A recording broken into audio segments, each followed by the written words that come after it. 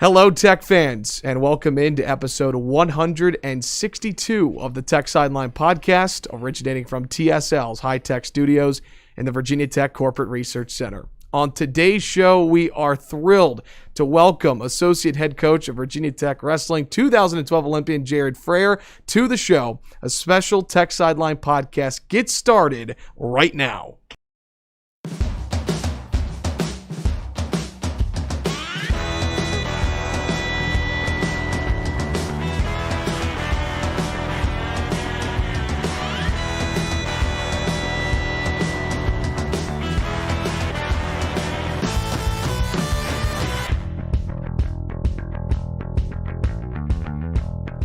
Whether you are watching live or archived on YouTube, listening on Apple Podcasts, SoundCloud, Amazon Music, Spotify, Google Podcasts, or on Stitcher, we're so glad you could join us as we record on Wednesday morning, January 13th. Our crew today across the way, our founder and general manager, Will Stewart, who's cracking open a Diet Mountain Dew. This is not a beer. To my left, Associate Head Coach of Virginia Tech Wrestling, Jared Frayer. Coach, thanks so much for being here. Behind the scenes, the best podcast producer in the land. He is Malcolm Stewart, and I'm your podcast host, Evan Hughes. For those of you that are watching live on YouTube, thanks so much for being with us. We ask that you please hit the like and subscribe button. And if you have a question for Coach, we already have a lot that were put in on the message boards, but if you need to get yours in, go ahead and put it into the YouTube live chat, and we will get to those at the midway point in the show, because for those that are looking right now, these are all the questions that we have for Coach Frayer lined up. So the first half of the show is going to be some questions that Will and I have for Coach, and then the rest of the way, you're going to be driving the questions for episode 162 of the Tech Sideline Podcast, presented by the Southeast Regional Training Center. So let's jump in here and say, since the pandemic started, this is the first in-studio guest since the pandemic started. We had just started having guests last March. We had on Andy Bitter, David Teal. We were getting that ramped up and rocking and rolling, and then the pandemic started, so we didn't have people come in, and I just think it's time. So really appreciate you coming on. For those listening, of course, we're masked up because we don't want to cause any problems in the Virginia Tech Wrestling program. I'm not worried about Jared Frayer. He gets tested 3 times a week, so appreciate you coming on. And so let's start, right away, let's start talking about the Southeast Regional Training Center. And because they've been a sponsor of Tech Sideline for I think 3 years now, we really appreciate all that. And we always try to explain, the wrestling fans that hang out on our wrestling board, they know all about the RTC. They know what it is and what it does. Mm-hmm. But one of the things we try to do is educate non-wrestling fans and non-wrestling diehards about what it is. So let me give you my layman's interpretation of what an RTC is and does. And then when I'm done talking, you can correct or expand or whatever. So an RTC is for wrestlers who have expired their college eligibility, but are still competing at a national and international level. An RTC is where they go to train. They live and train. And an RTC is totally funded through private donations. And so in a perfect world, your RTC is huge and you have a lot of resident coaches and you have a lot of resident athletes. Now, the cool thing that is unique about an RTC across college athletics, as far as I know, is that they typically reside in or on college campuses, and the coaches and resident athletes at the RTCs can actually practice and compete against college teams. So whoever your athletes are at the Southeast Regional Training Center, they go in and they wrestle with Virginia Tech wrestlers and practice against them. I don't know how often, every day or whatever. And so for the layman, what I would say is, imagine if you had a whole separate basketball team of former college basketball players resident at your school that your current college basketball team could practice against. So imagine if Mike Young's team could go in and practice every day against Deron Washington, Zabian Dowdell, Jamon Gordon, and guys like that. How much would that help out your basketball team? And to me, the way this really plays in is recruiting. If you are going out and you're trying to recruit a kid in a certain weight class, and you have a wrestler or two already in your program who's pretty good that he can go up against every day and get better, But if you have an RTC that also has a resident coach and resident athletes in that weight class, because in wrestling you get better by practicing against guys who are better than you, as good or better than you. So that's my take. And what I always tell fans is, if you want to directly positively impact the Virginia Tech wrestling program, donate to the Southeast Regional Training Center, because it allows them to hire more coaches and have more resident athletes. So that's my take, and how much of that is right and wrong. Yeah, I think for the most part, Will, you hit it on the head. As far as having, in the sport of wrestling, you find there isn't a pro league. I guess, something that would equal a pro league might be like the UFC or something in that regards. But if you're going to strictly be in the sport of wrestling, you're competing for world championships. You're competing to make an Olympic team. That's the pro league. So there's not the paycheck for the post grad that is competing to be to make the Olympic team. Yeah. So when I graduated college and I knew that I wanted to try and make an Olympic team or compete at world championships, the only way that was going to happen was if I was coaching at the college level. So you were spreading yourself a little thin with recruiting and coaching and trying to make your team better, while also trying to be selfish and become the best wrestler you could possibly be where you're on that level. So with these RTCs, which really started in about 2010, I guess, was really when the push. And so where'd you go to school and when did you graduate? I went to the University of Oklahoma. I graduated in 2002, and then that's kind of when my coaching career. So RTCs weren't a thing. Were not a thing. Yeah. So I graduated college. I was right into the coaching ranks. And that was the only way I could supplement my ability to be able to compete and wrestle and train and get better.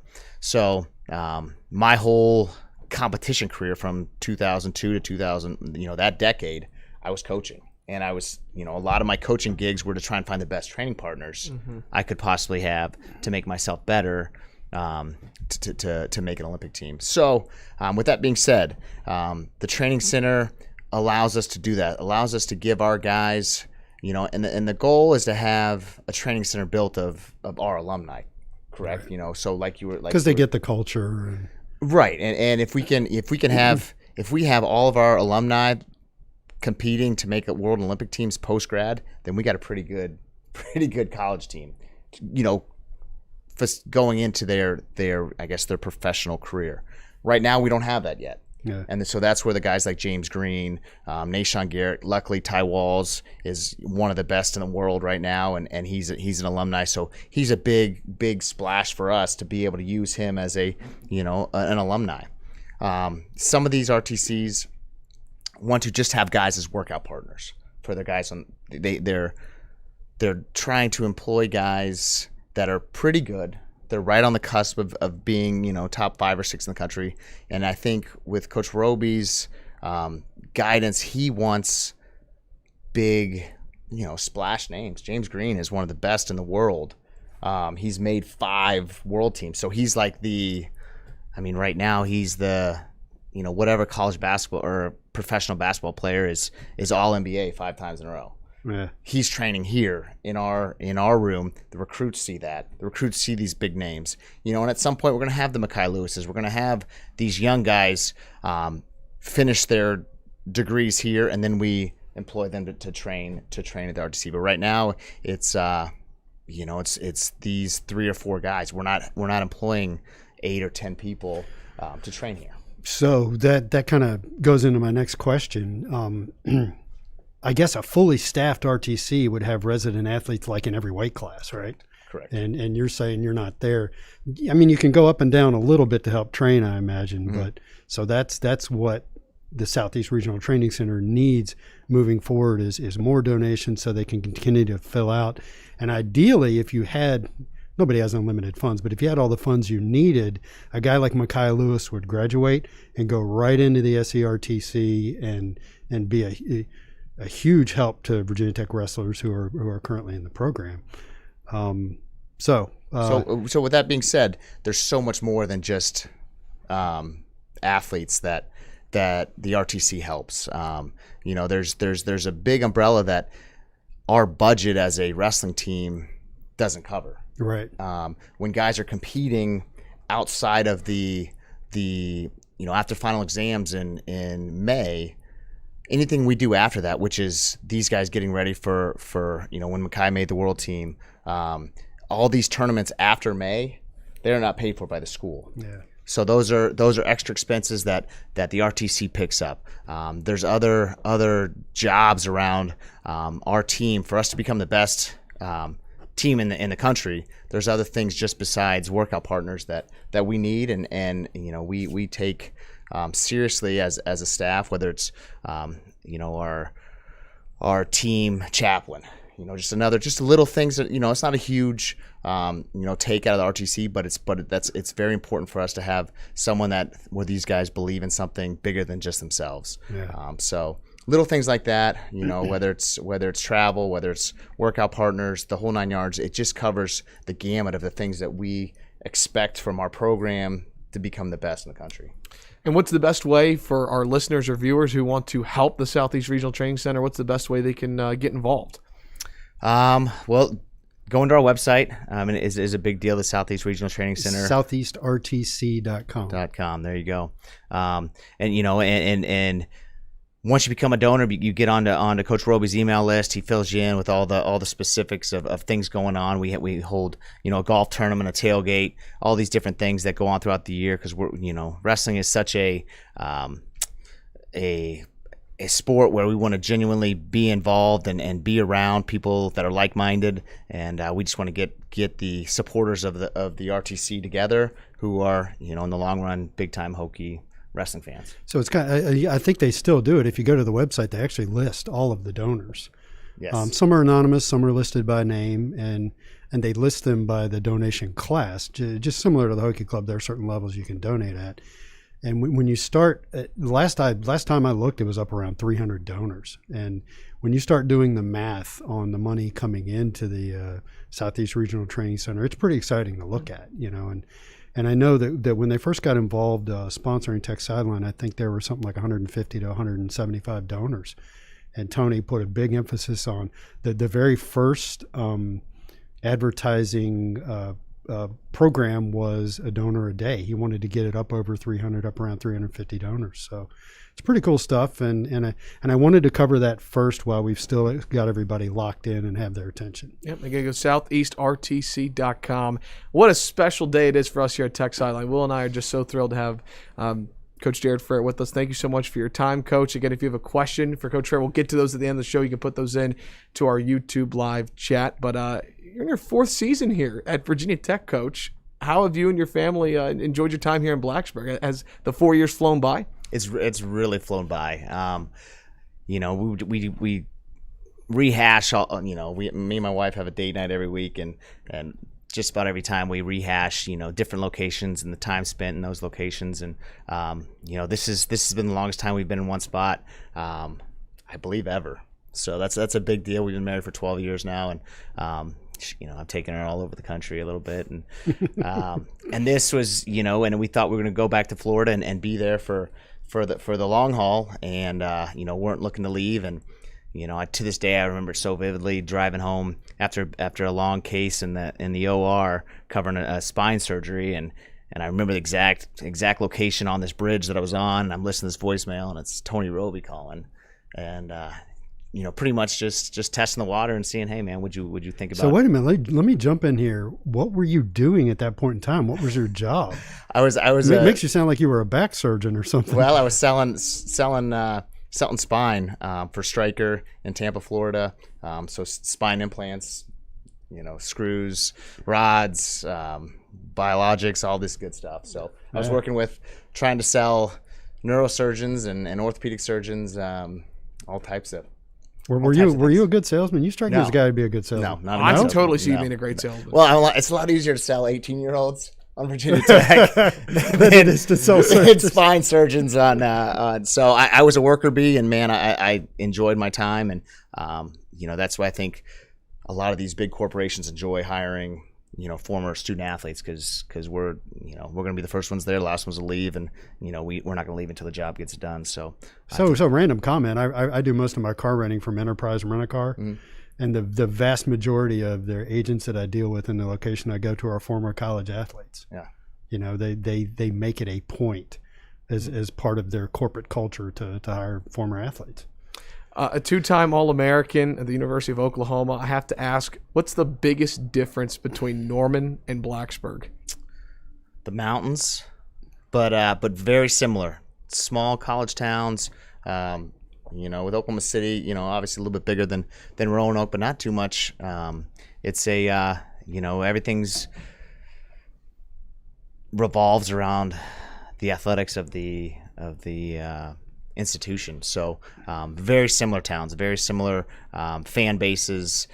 You know, obviously, you know, Oklahoma's at a different level at the time, but you know, I think Virginia Tech is really close to being something like that. So yeah. You know, Coach, it's not every day that an Olympian joins the Tech Sideline podcast. So Will and I are eager to. I just couldn't quite make it. I tried. I mean, we're 17 minutes in. We knew it was going to come up early. You represent our country at the 2012 London Olympics 9 years ago. Hard to believe, as we're in 2021 right now. But if we could take a trip down memory lane, what was it like that month, just getting to be in London, representing our country? Take us through what that experience was like. Well, there was a lot of stuff going on. I was supposed to be having my second daughter while I was over there, so that was going to be an interesting Skype. There wasn't Zoom back then, so it was Skype. Wait a minute, can I interrupt? I heard a commentator on a football game say, "I feel like Skype had a 3-touchdown lead going into the fourth quarter and blew it." Really blew it. I mean, and this pandemic has made Zoom. It was Skype back then, not Zoom. But luckily I was at training camp just before I was to fly over to London, and Nicole, my wife, called, and I remember John Smith, he's legendary. He's kind of, you know, I guess the GOAT of college of wrestling, period. He's won 6 world and Olympic titles. Coach at Oklahoma State. He's like, you might want to take that call.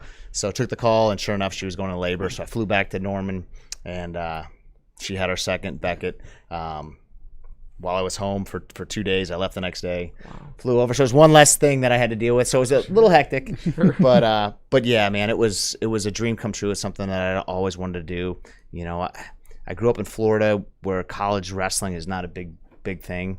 I knew that I always wanted to wrestle in the Olympics, and college wrestling was a vehicle to get me there. You know, and now that I look back on it, it was pretty silly, because college wrestling is such a big deal. But like I said, it was a vehicle to get me to make an Olympic team, and it took a little longer than I thought it was going to take. But man, just the pageantry, the opening ceremonies. I'm such a huge sports fan. Mm-hmm. The nice thing, I was the alternate in 2008, and I was able to do all the cool stuff. I was a Usain Bolt, watch Phelps, you know, do all these cool things that you know, I knew if I was the guy, I probably wouldn't get to do. You know, I'd want to focus on my training and being ready. So you actually had more time to go and do other things. So 2008 in Beijing, I was able to do all the cool stuff. Watch Bolt and Phelps and things that I watched, the dream teams, and then the 2012, I was really focused on what I was, the goal at hand, and enjoying the pageantry, the village, being around all those basketball players. You know, it was super cool to do all that and be around just an awesome environment that I dreamed about doing for so long. As a sports fan, I feel just obligated to ask this. On TV, the opening ceremonies seem like just the coolest TV show of the summer, right? Just watching that all unfold. What's it like to be a part of that in person? Yeah, to be walking around a stadium or whatever they were doing. Yeah, and people talk about, you know, being at your venue or whatnot as one of the that was the epicenter. That was everything that I could have imagined it to be. Like I said, being able to take selfies with, you know, the Williams sisters and LeBron and Harden and all those guys that were big deals. So were those big time athletes pretty accessible to the rest of you guys? They were. I think that's the one time, right, that we all come together as a nation, as a team. That there's no egos. They're all about being a part of Team USA and winning gold medals and representing this country. So the 2 Olympics you were at, who lit the torches those 2 years? That's a good question. I don't remember what year Muhammad Ali was. Muhammad Ali's 96. I remember that. Wow, was it that long ago? Holy cow. Yep, Atlanta. So Yeah, I can't. Oh man, sorry, we didn't clear that. It's question usually before we went live. something to do with whatever the host country was. So I think in Beijing it was it might have been a fluffy gymnast or panda something. bear or something like that. Okay, Yeah, or a sorry to sumo put you on the wrestler. spot. We should have cleared that. Well, that's just that's really remarkable, and it got me thinking about you've been at the highest, the pinnacle, right, of the Olympics, and thinking about Virginia Tech wrestlers like Ty Walls and Mekhi Lewis who have competed on the international stage. How do you think your experience, the Olympics, your career on the international stage has helped those wrestlers in the early stages of their career on the international level? Yeah, I think as coaches, we look back on our careers, our individual careers, and what coaches made the biggest impact on you, and the different things that made things as small as they. I remember talking to Bryce Andonian yesterday, and just on Friday he's gonna wrestle one guy in the land, and if he can wrestle the way he does in the practice room and make it as small as he possibly can, make that environment, which is a little bit easier now with the pandemic and no fans, as small as you possibly can. Allows you to it frees you up a little bit. So those little things, keeping it as small as possible, whether it's the rub downs after a hard practice or just talking positively, and those little things I think go a long way. And then just the fact that, especially for a guy like Ty Walls, who is such a competitor, and right now he's been second and third, and he's right there knocking on the door. It happens that one of the best guys in the history of the sport is the guy at his weight class right now. But you have to be willing to go through that and learn and get better, because for like I said, for a decade I was never the number one guy until my last Olympic trials. So I went, I wrestled in 4 Olympic trials, twice or once as a college competitor, and then 3 times post, and never was the guy until the last one.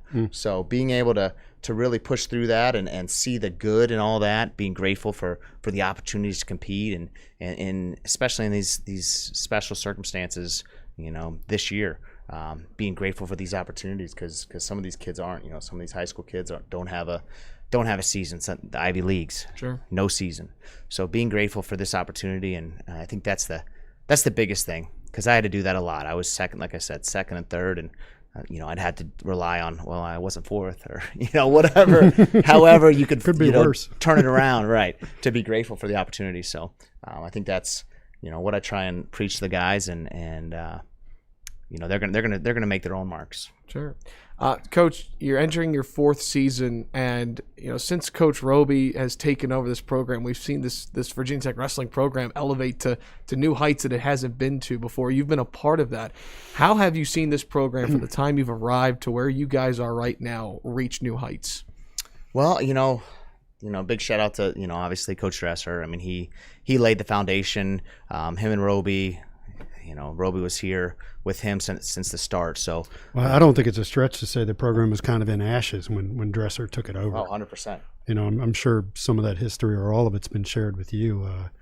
Brands kind of cleared out the room, and so that was a big job Dresser had. No doubt. Gutted it for lack of better purpose.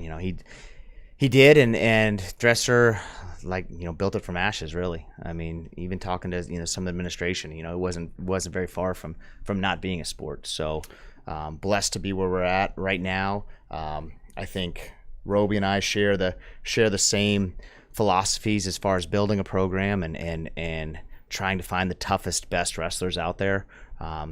Some programs are built on spreading the 9.9 scholarships isn't a lot of scholarship. So to clarify for people listening, it's not like basketball and football where every athlete has a full scholarship. Every other sport has a number of maximum scholarships. 9.9 is a weird number, but there you are, and you have to spread that out. Right. So just to clarify. So if it was football, there's 22 starters, and then there's the specialists. So there's 30 guys. So give them 29.9 scholarships and try and build a team with some backup and some some type of. This is the first year where we've really had the good problem of having people that there's depth. There's depth where there's 4 or 5 weight classes where it still is yet to be decided. And some programs are built on spreading that 9.9. We want to get the best guys, whether we have to spend a little more money on a guy because we believe in him and trust in what his future is about, and they believe in what we're trying to do here. So without naming names, is there anyone on the team that has a full scholarship? Yeah. Okay. Yeah. But one is probably the answer.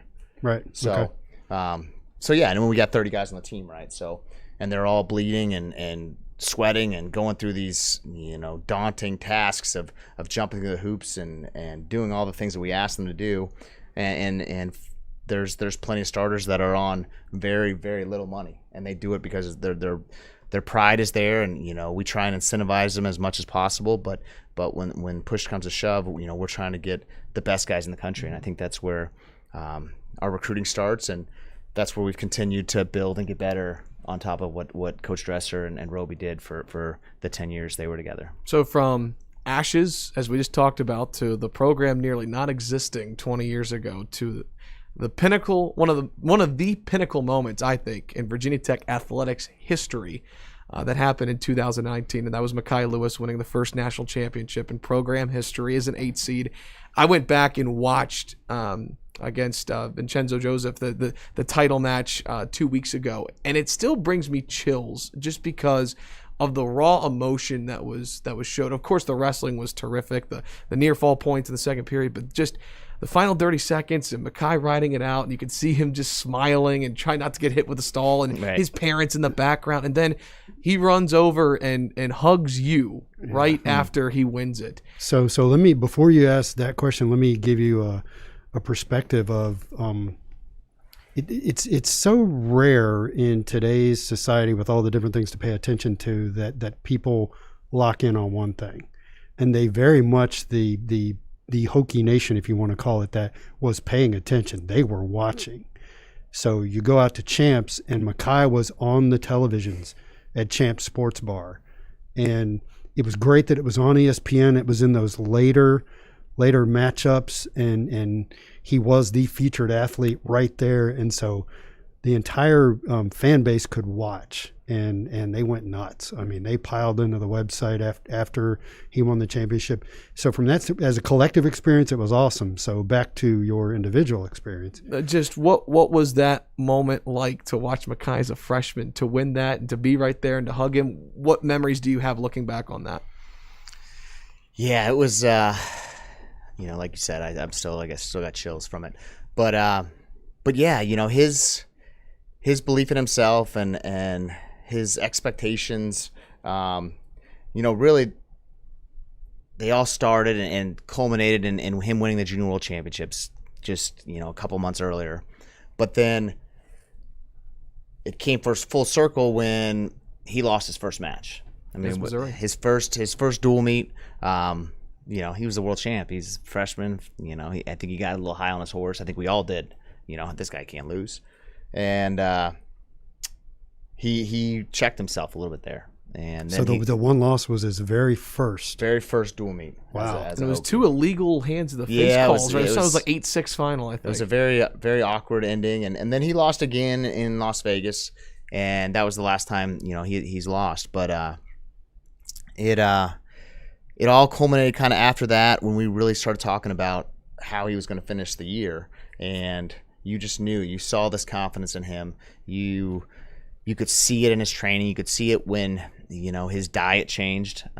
He's like a lot of us where he enjoys his desires, whatever they're, fruit snacks and Skittles are a big part of his liking. So once he started cleaning up and eating the right way, and he competes when he's feeling his best, there's nobody in the world that can stay with him, and that's the thing that we try and preach to him. And it's like the Saban saying, that there's two pains: there's discipline or disappointment. And if you're not willing to buy into that discipline part of it and feel the pain of that, it's going to be real difficult for you to have the victories that you hope to have. So, and that's kind of the point we're trying to push to our guys as a program. But that Saturday night, the two times that we had been in the finals before with Devin and Jared Hott, just crushing defeats for not only them but but the franchise, the fans, the institution. It was tough, and for him to be the first as a freshman, almost a David and Goliath type. Vincenzo, 2-time returning champ. Penn State, the Alabama of college wrestling, if not greater. And he's the 8th seed, right? So he was able to. The run was just not the last one. It was Evan the Wick. Quarterfinals where he's wrestling number 1 guy. So did he? You'll have this in your head, Evan. Did he beat number 4, number 2, and number 1? Is that what it was in the last 3? Beat number 1, number 4. Yep. And then number 2. Wow. And number 2 was the 2-time defending national champion. Yeah. And so he had lost in the Big Tens the week prior, so he was the 2 seed to the Iowa kid. Did you guys feel going in that an 8 seed was too low for him? Yeah, but after looking at who he was going to wrestle and the path that he was going to have to go through to get there, it was supposed to be. You talk about the higher power. There's just things that it was supposed to play out that way. Yeah. And I still think just the part that just gives me chills again is just watching the ending and the celebration and his parents in the background. And that was good television. And it that was well and done. David McFadden carried him out of the post-match presser. I mean, it just felt like it was almost just meant to be, as you said. It was just really special. And especially once you dive deeper into Mekhi Lewis and the type of kid he is, the humility,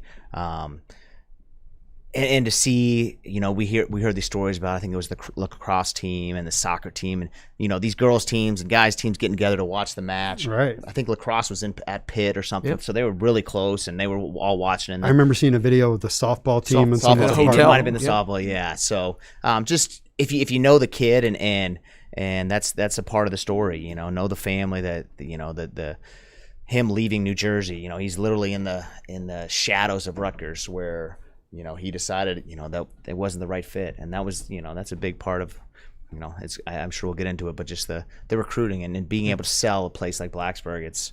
We can get guys on campus. It's a tough place to beat. Yeah, you guys have one of the best recruiting classes in the country last year. Moving forward, believe me, for those watching, as I hold up my sheet of paper of questions from everybody who wrote in, we're going to get into recruiting. We're going to talk about the season. Virginia Tech's enjoying right now a 4-0 start to their season. We're just getting started with Virginia Tech Wrestling Associate Head Coach Jared Frayer. Coach, thanks so much for being here. We're going to step aside for a timeout, but when we come back, we'll talk a little bit about the season thus far. We'll talk about some individual wrestlers, and then we'll get into your questions. You're listening and watching to episode 162 of the Tech Sideline Podcast, presented by the Southeast Regional Training Center and Campus Emporium.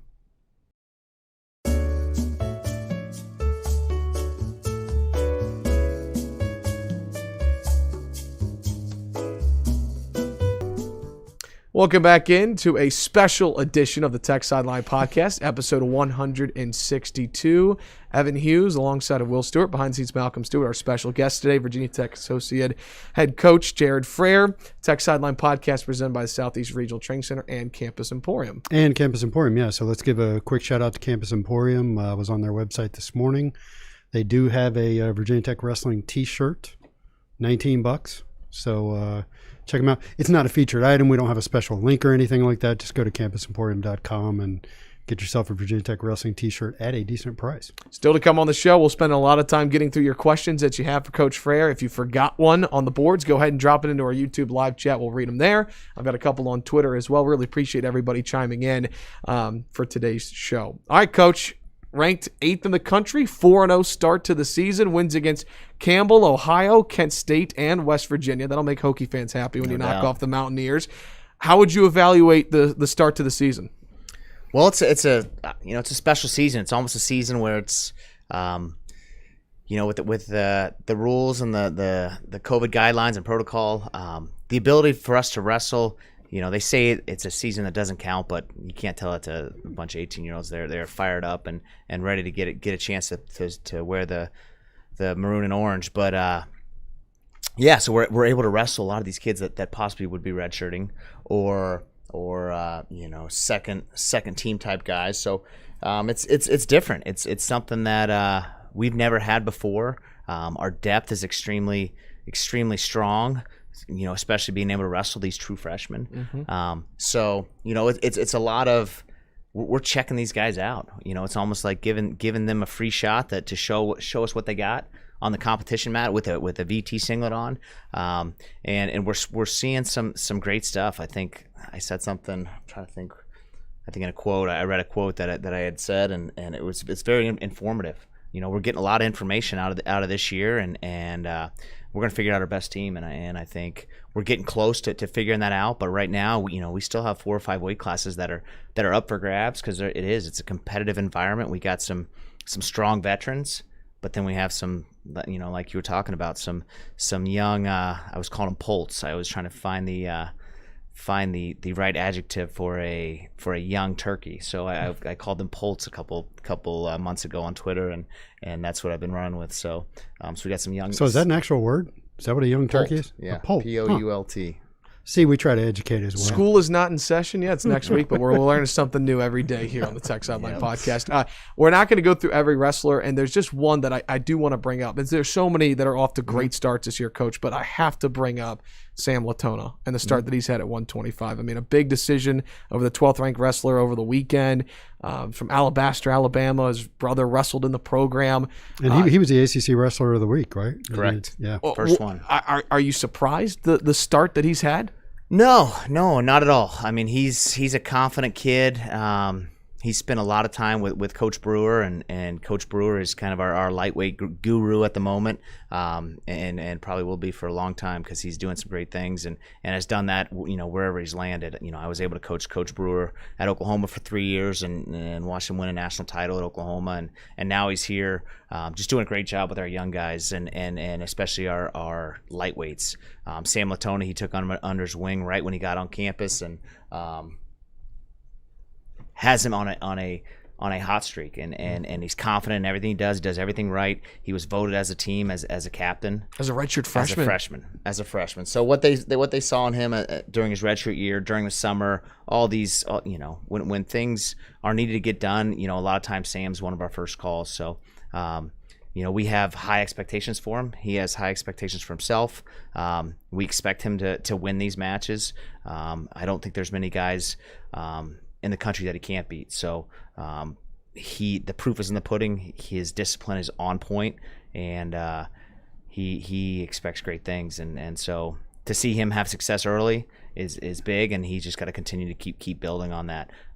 With a guy like Joey Prada right on his, we got a 5th-year guy, Joey Prada, who's technically a junior because he had 2 injuries previous, but he's a national qualifier, 2-time national qualifier. Has done great things for our program, and because of some COVID protocols and different things, he wasn't able to do some of the wrestle off. So he's chipping on his heels. So that's good. They're making each other better, and whoever comes out, the guy is going to be battle tested. Yeah, we'll talk about many more individual wrestlers with some of your questions, but just had to bring up Latona as the ACC Wrestler of the Week and the start that he's had.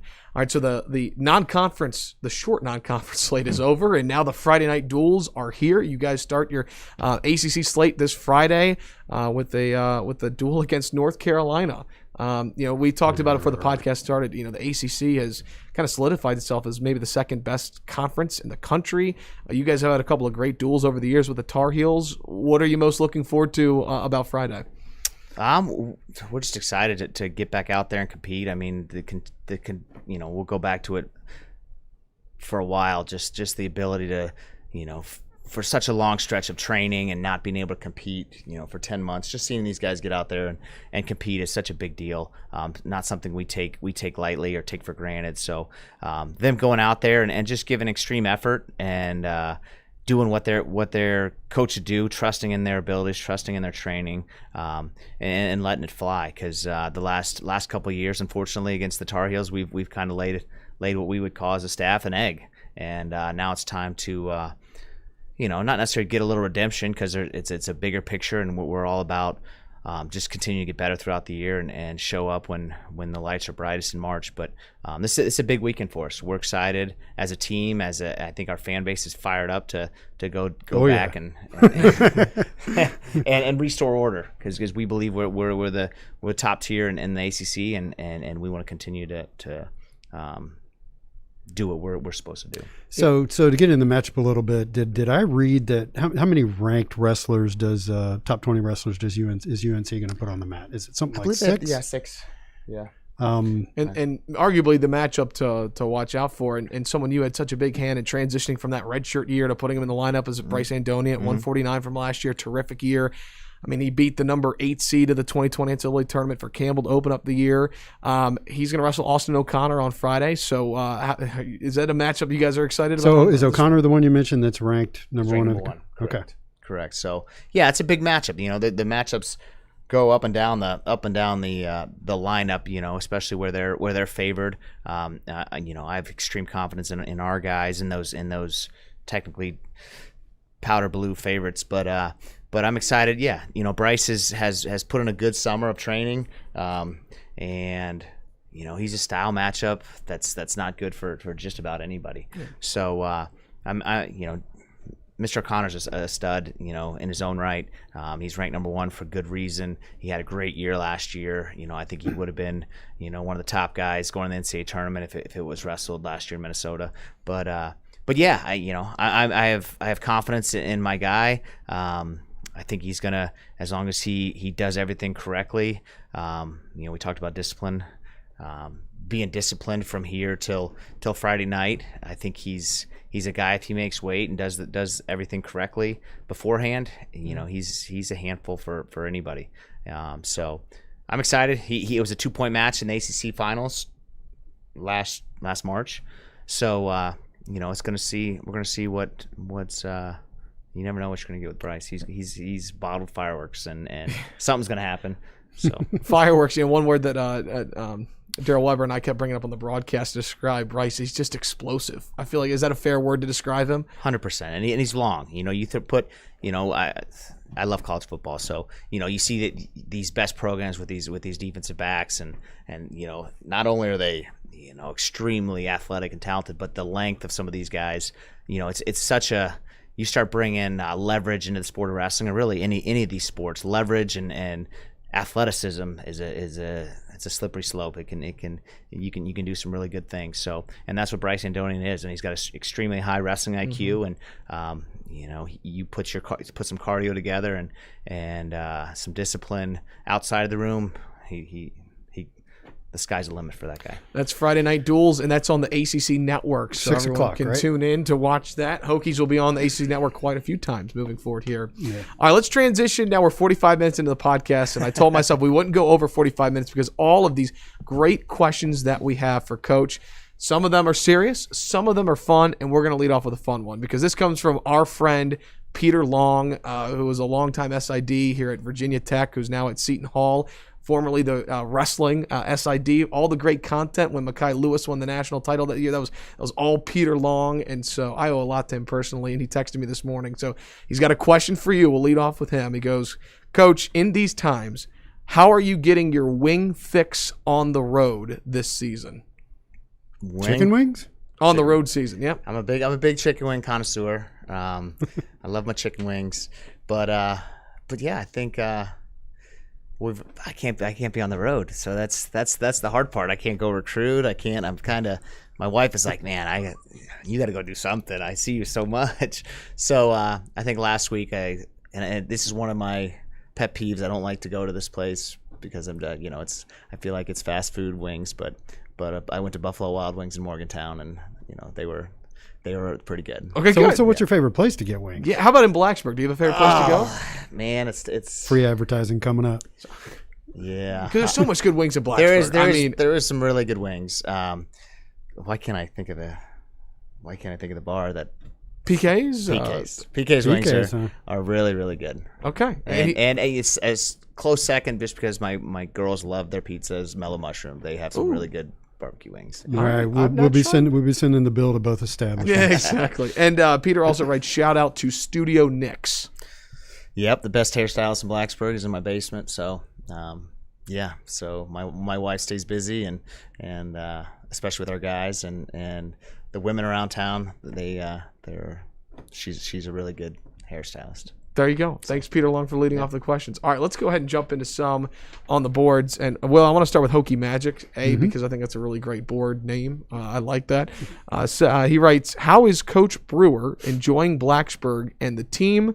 Also, what kind of improvements are the kids he is working with making? I think we touched on it a little bit with Latona. I mean, the confidence level. He is an optimistic son of a gun, and he is a fiery guy. He's young, 26, so he's still scrapping with the guys, just about every day. And the first part of the question, like I said, he's Kansas City guy. Went to Norman, wrestled Oklahoma, so we understand that the small town college campus. When the town is all revolves around the college athletics, it's a pretty unique situation. So I don't think he really loved Chicago. I think he loved his time at Northwestern, but being back in a small town, his wife is a nurse here in town. He loves his job. I mean, and the synergy it brings to the staff as a whole is pretty unique and exciting. So confidence to the guys, amazing technique. He wrestles with them considerably. So from 49 down, he keeps those guys on their toes, and whether it's wrestling or mindset or having kids at his house for dinner. He's fully involved in the program, and we're blessed to have him on staff. So I'm excited. I've known him for a very long time, obviously. So good to have a friend, a guy that I coached, and just seeing him just evolve as a coach is pretty special. It's the Oklahoma #OK2VT with the coaches on staff here. Yeah, the Hokie Magic. That's Sooner Magic, such a big deal. And Will, you want Norman? All right, so next question is from Wasriz, Wasris. I assume that's how it's pronounced. Mm-hmm. He's got a couple of questions, but I want to ask this one. What are the most pressing needs of the program, and be specific? Facilities / equipment, more resident RTC wrestlers, added support staff. What are you and Tony really looking to do for the program? Man, and all of it? we're extremely blessed. I mean, when you have a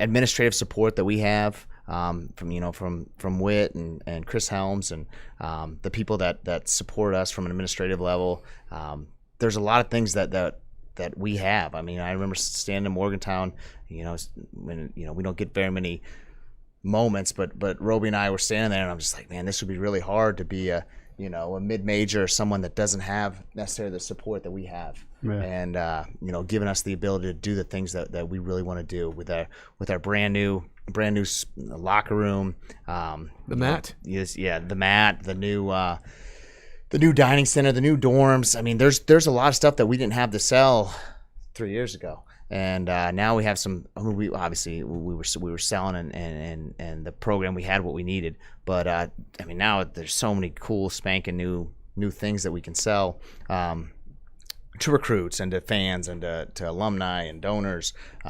So to make a long story short, man, to get detail oriented, it's great to always find someone else new to come train. Maybe an RTC type coach. Where we get spread a little thin, especially during season, where whether I'm running a workout where it's James Green and a couple guys and Ty Walls, and so a lot of times we'll have separate workouts because freestyle wrestling is a little bit different than college wrestling. Right. So we have separate workouts, maybe once, maybe twice a week, with just the pro guys, and usually they work out with our guys, but for the most part. We'll have a separate workout, and that gets spread pretty thin when there's not just an RTC coach, a freestyle coach that's running that. When you start running 2 and 3 workouts a day for different groups of guys, it can get a little taxing. So maybe finding an older guy to be just a coach and not just a training partner, a separate coach to coach Ty and James and Nashon and these other guys. So, but yeah, as far as equipment goes, I think at some point it's going to be exciting to look into a standalone type facility. He threw it out there. Yeah. I mean, you got to shoot for the stars, and right now we have what we need. At some point, it's going to be exciting to look into that. But right now, man, we're blessed to have what we have, and we're never going to be extremely, we're not going to stop setting our goals and sights high, but we're content. We know we can win a national title with what we got right now in Lane Stadium. So Nice. Love it. LAR Hokie has a couple of great questions, and this kind of gets into recruiting and the challenges that you guys are going through right now. He wants to know, how are you guys allowed to actually recruit potential recruits right now? Is it calling the coach? Is it sending mail? And what are the challenges that the extended dead period has had on recruiting? Extreme challenges. I mean, because we are personable people. We enjoy making those relationships happen, and it's a little difficult to do it through a Zoom or a text or a graphic. And like I said, that's kind of our motto with Roby and I, regardless of who the recruit is, who we're recruiting against. If we can get them on campus, we got a shot. So at this point, the guys you are recruiting, what percentage of them would you say that you had a relationship with before the pandemic started? What's wild with this 2022 class, who is primarily who we're recruiting, we're kind of done with the 2021. We got 2 studs coming in, Trey Kive, a stud from PA, and Cooper Flynn, a stud from Tennessee, both top 3 in the country at their weight class. 2022, obviously we can't get into names, but there's 3 of the top 10 guys that myself, or Coach Roby have known since they were knee high. Right. So you go way back. So we go way back. So, and now it's, how do you set yourself apart? And so they've been on campus. They've seen what we got, and but we're going against the Blue Bloods. We're going against the Ohio States, the Penn States, the Michigans, we were talking about the Jordan brand schools that are, the brand name Blue Bloods of college wrestling. So, how are we going to set ourselves apart? And so that's the challenges. Luckily, we have one of the best graphic guys in the country, and Ben Smith. He's terrific. He does some amazing work, and it's been fun going back and forth with these recruits. We can call, we can text, we can Zoom, but at no point can we have any face-to-face contact with them or their parents. So, even if they, flew across the country from California, not that we're recruiting many Californians, but flew across the country, paid, $1,000 to come over here to check out Blacksburg, they could possibly text one of our guys on our team and have them show them around. But at no point can we be in contact with them. One more question from LAR Hokie. What is the biggest challenge that COVID has created when it comes to training and teaching the wrestlers? Training and teaching the wrestlers. Like I said, we've been pretty good as far as the means we have to make things happen, whether it's off-campus training sites when maybe the restroom room is closed. The 3 times a week getting something shoved up your nose isn't the best. At 7 in the morning. At 7 in the morning. But yeah, we've done a really good job facilitating the struggles and the hoops that we need to jump through, and our medical staff has just been extremely great at their jobs. Dr. Rogers, Sean Collins just have helped us immensely, and I think them going through this cycle with football has really flattened out some wrinkles, and we've been pretty streamlined in our training and what we've done. And I think expressing that to the guys that a lot of these schools haven't. They have spent a lot of time off the mat, big gaps of time where they couldn't train. And for us, we had a short time during their late summer where, it hit us pretty strong, and we were off the mat. But for the most part, we've been streamlined, and I think you see that in our conditioning and our wrestling these first 2 weeks. So let's just continue to build on that and trust in that training, and good things can come in the next 5 weeks. Cool.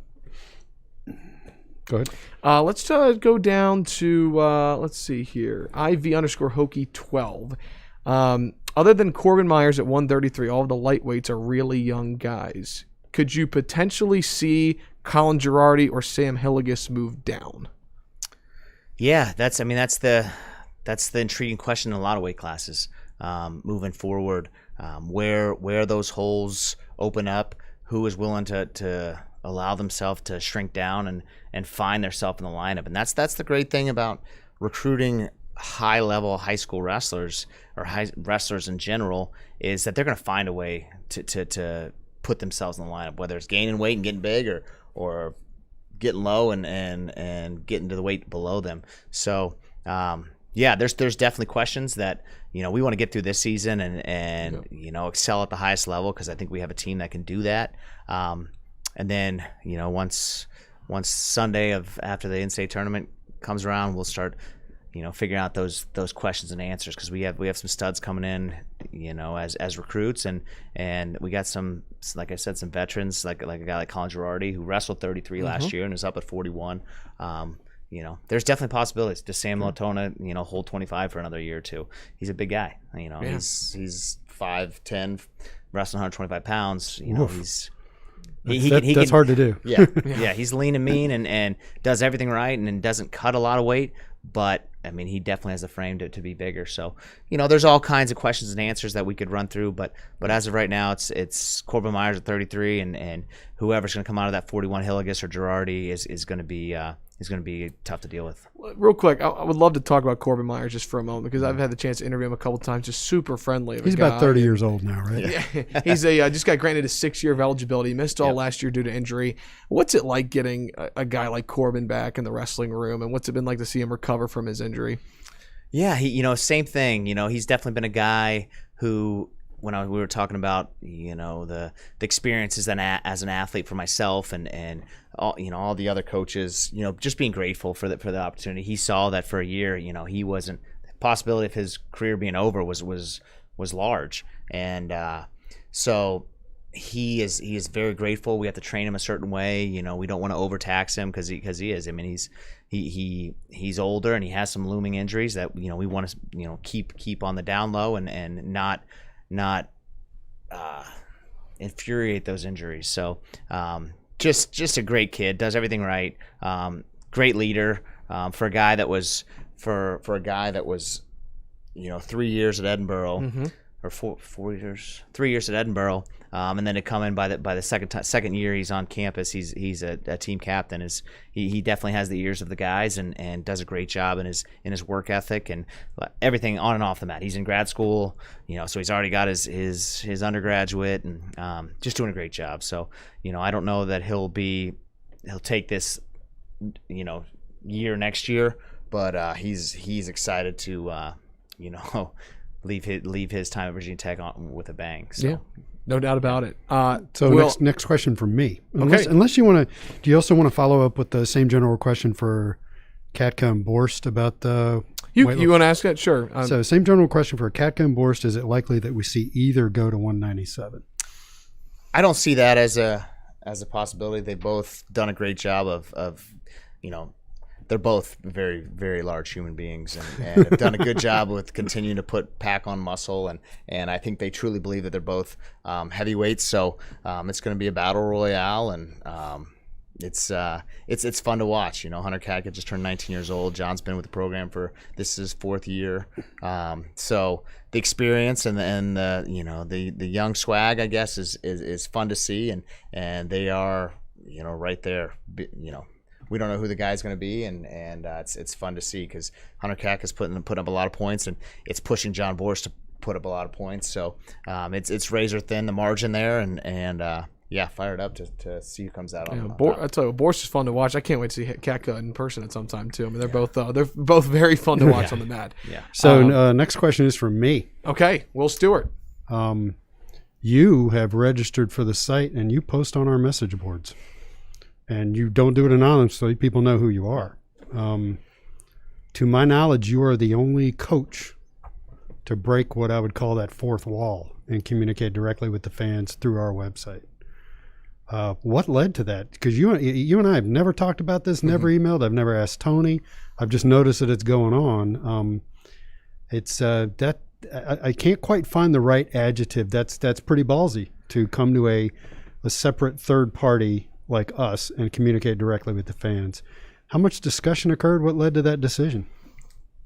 I did it at Wisconsin, and it was just, the outpouring of just gratitude from the fans was pretty unique. And I think I do a lot of times I kind of put Wisconsin and Virginia Tech, almost on similar type playing fields, especially in the sport of wrestling, and even in some of the other sports.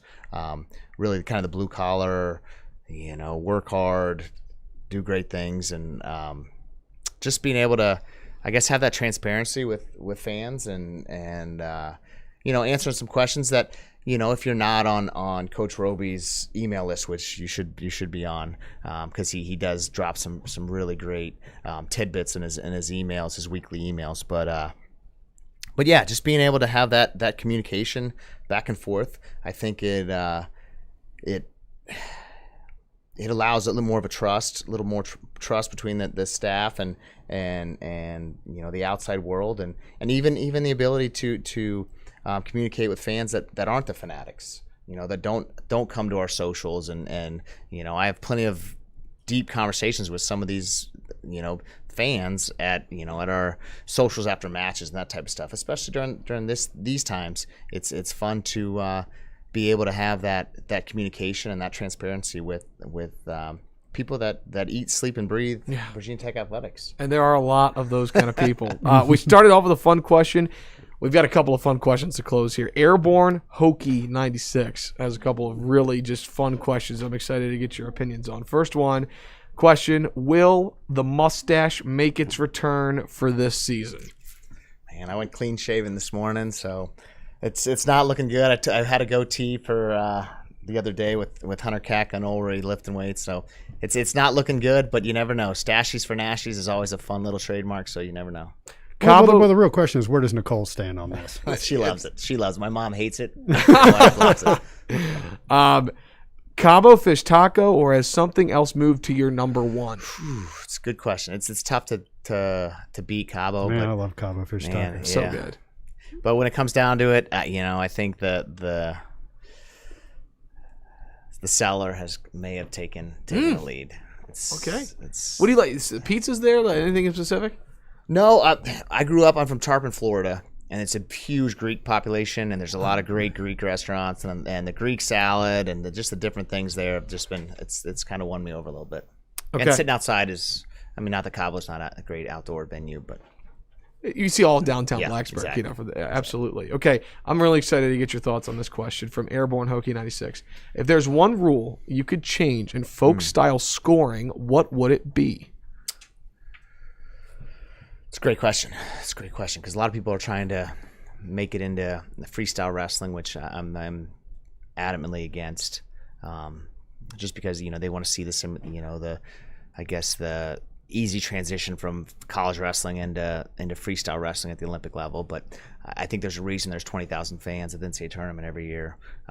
It's because they understand the rules. The rules haven't changed in a long, long time. They've been little differences, nuances here and there, but for the most part, it's been the same rule set for 100 years. So, I think the more we can take the rules, or I should say the calls, out of the referee's hands, the going out of bounds. If you step out of bounds, I think it's whether it's a point or it's a stall call or something. There's too many. There's a variance of, well, they were just wrestling out of bounds. Well, if you step out of bounds, and there's got to be some. If they're going to say half the time it's a bad thing, then I think at some point you can't put that in the ref's mind, where he's got to figure out if it was it malicious, or was he trying to stay in bounds there, or was he just trying to go out of bounds? Because so it's that would be my taking that rule set out of the officials' hands, making it either a point or a stall call, something to where there's not the ability for the ref to say, oh, okay, that was just continuation, or there's no black and white there. I love it. Yeah. Well, let's put him on the NCAA committee of, he's open for business. Will, any others from this sheet you want to ask? I think a lot of them we covered throughout the show about the Southeast Regional Training Center. I'll get one more serious one in, and then we'll close with Jersey Hokey 29 on Twitter, because Jersey Hokey 29, I think, gets the final word. Super Upper fan. Quad, which of the young guys has been the biggest upside surprise? Gosh, it's such a as you'd say, a blue chip laden class, I guess. They've all just done a great job buying in. I think we were really excited about practice yesterday, and that's one thing Roby said, is you're just starting to see these kids really really buy into the program and to what we're trying to preach as coaches in the practice room. The effort, not just every other day, but every single day, getting the most out of yourself. So, young guys, the three that stand out are the PA guys and Ulrich, Katka, and Hilligus. Clayton Ulrich comes to work every day and busts his tail. So he's putting himself, in the talks. Another 157. We got a redshirt freshman who was the number one guy in the country, and you got Clayton Ulrich, who was top 5 in the country as a high school kid, and they're slugging it out to see who wants to be the guy. So just excited for these young guys to continue to trust in what we're preaching, and they're going to see some serious results. So. Those three, Clayton was second at the U20 Nationals that were in Omaha in October. Hunter Katka was second, same thing, and then Hilligus was third. So they're three guys that are top 2 or 3 in the country at their weight classes, and just excited to see what the future holds for them. So I think there's one other thing we should address. There's a series of questions from VT Dante about the NCAA championship. Mm-hmm. How many wrestlers, usual 32, 60. Have you guys received any guidance on what's going to happen? Well, and that's been a big topic of discussion on the board. I check on there probably once a week, and as of right now, as long as more than 51% of the programs are still competing, college wrestling programs, they'll stick with the 33-man brackets. So that's huge for us, and that's gonna allow us to really qualify as many guys as we possibly can, especially for the young guys that maybe they're using a 5-year prior conglomerate of results, where if you're a true freshman, you got 4 matches right now. So that's gonna help. And then as far as the NCAA and attendance and that type of stuff, we don't know that. We're supposed to know by the end of January. So Tucker Davidson, who's the glue of our program, he's supposed to get that news into January, and the nice thing about that, I think the St. Louis Blues, where the NCAA tournament is held, their arena, they're allowing a certain strong number of fans, so we're excited to hopefully have fans, at some point, whether it's 50% or 25%, we'll see. Yeah. All right. Well, thanks for pointing that out. Those were great questions from VT Dante that everybody wants to know. Okay. Let's wrap things up with Jersey Hokie 29. For wrestling fans, I think he's a celebrity. Is that fair to say? On Twitter, yeah. I mean, people know. And didn't he have good or bad, whatever? Yeah. He had a sign at the golf tournament too, didn't he? His whole brought to you by Jersey. He's a proud supporter of our program, and we love him, and he takes good care of us, and we appreciate his camaraderie on the social media. I just love, so Twitter's gone away with the egg, that's what it used to be when you didn't have a profile picture, like 2010, so what is it now? 11, 12. I forget what it is. It's actually like a gray shape of a face that's like just blank. Yeah. Huh. But Jersey Hokie 29 always had an egg. He still has the egg. And so I just want to say, I know he's listening. I just appreciate that you still have the egg. Intentionally saved and used the egg. 100%. Okay, so a couple of fun and serious ones. Let's start with the serious. We'll end on the fun. How many members of the 2012 team do you keep in regular touch with, and will you continue to bring them to Blacksburg for team growth opportunities? Yeah, for the most part, just about all of them. The hard part was that I was a coach. I had a family, and I had been coaching for many years before that. I was the only one that had a job on the team. So it was, I was 30 some years old. Most of them were 24, 25 years old. So I was 32, I guess. But yeah, it was, Coleman Scott, I probably spent the most amount of time with him. He's now the head coach at UNC. So I suppose leading up to the games, I probably spent the most amount of time with him. He also went to Oklahoma State, so we trained a little bit together. Because we were pretty close, because I was coaching in Oklahoma. Sam Hayeswinkle, our little guy, very close with him. He's close with Brewer. So 4 or 5 of the guys, they're still in wrestling for the most part, just about all of them. So whether they're at Ohio State, UNC, Oklahoma, the GOAT, Jordan Burroughs is still wrestling. So it's nice with James being a former teammate and the number one guy at his weight class. He allows us access to guys that we might not have had in the past. So it's Final question for you. Do you feel pressure to carry the torch as the most fashionable member of the coaching staff? That's a lot of added pressure that I try not to put on myself. I let my wife take care of that. But yeah, man, it's running with Roby, man. Roby's he keeps me on my toes. That's for sure. Right? Yeah. So what brand jeans you wearing right now? Levi's. Levi's. Wow. Levi's. So you actually look good in Levi's. I quit looking good in Levi's about 25 years ago. Now they're like the expensive brand. It's just befuddling. I'll say on the broadcast that we do for wrestling, I mean, I'm there sometimes, Coach. I'll look over in a break. I'm like, guys, we got to get a shot of Coach Frayer and what he's wearing right now. I mean, I do take a sweater. Yeah. I mean, we try and highlight that because you are styling and profiling. I do take pride in that, and and now all these staffs that necessarily aren't in shirt and tie, and it's fun. I'm Coach Young inspired our masks. So, we found out that they're really good masks, but Coach Young, shout out to him, huge win last night against Duke. That was fun to watch. He's a great motivator. Man, beating Duke never gets old. I was about to say, did you watch the game? I meant to ask that earlier. Yeah, of course. No, I love Virginia Tech athletics, and if there's something on, I'm probably watching it. So, but yeah, he got us on these masks, and they're pretty sweet. So let's do some fun stuff.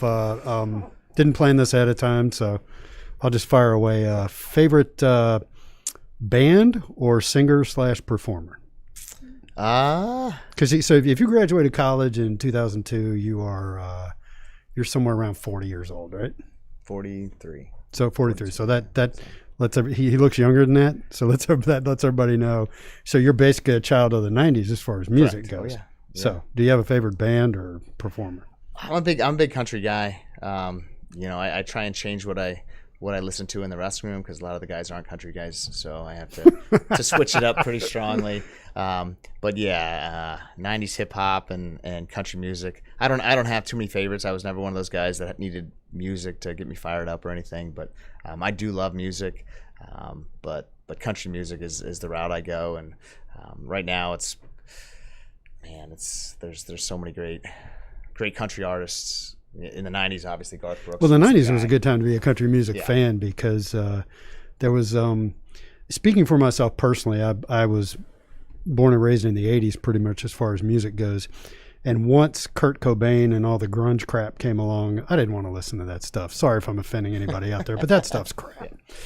So I think there was, for me, that's when I made a transition into listening to more country music. Yeah. Toby Keith is the one I remember from that era. George Strait.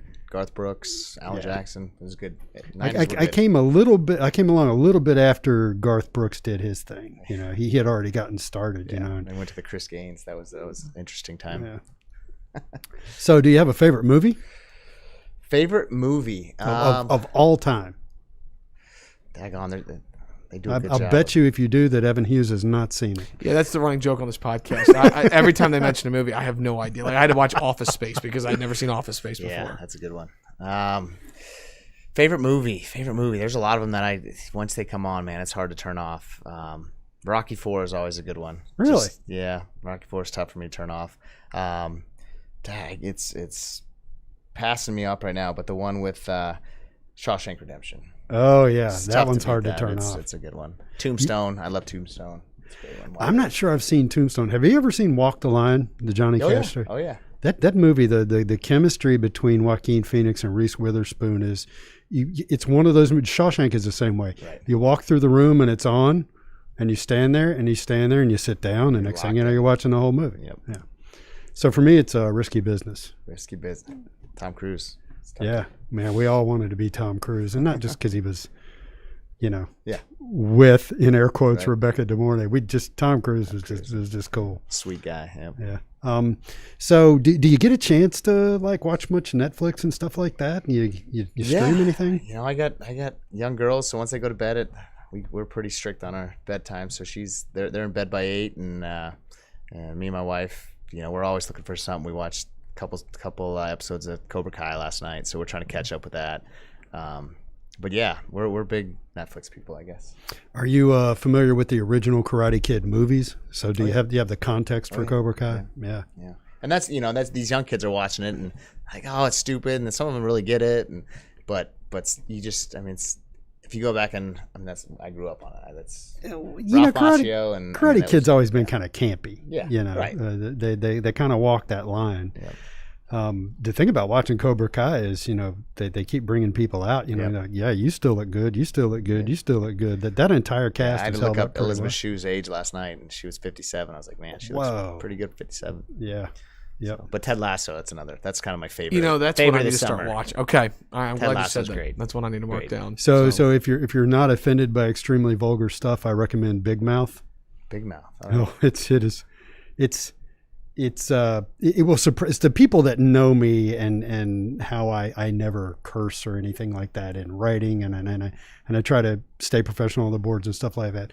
Might be a little shocked that I like Big Mouth. It is it's out there, man. So it'll be good road trip. We're taking a lot of bus trips here in the next couple of weeks. So there you go. Well, big duel on Friday, Coach. Looking forward to the ACC opening up for you guys, and almost an hour and a half with us on the podcast today. Thanks so much for stopping by. And honestly, Will, maybe one of we've done 162 podcasts. This might be one of the best we've ever done. Yeah. So yeah, appreciate you coming on. We appreciate you guys. You guys' help is tremendous, and we couldn't do it without you guys. So thank you so much, both you guys.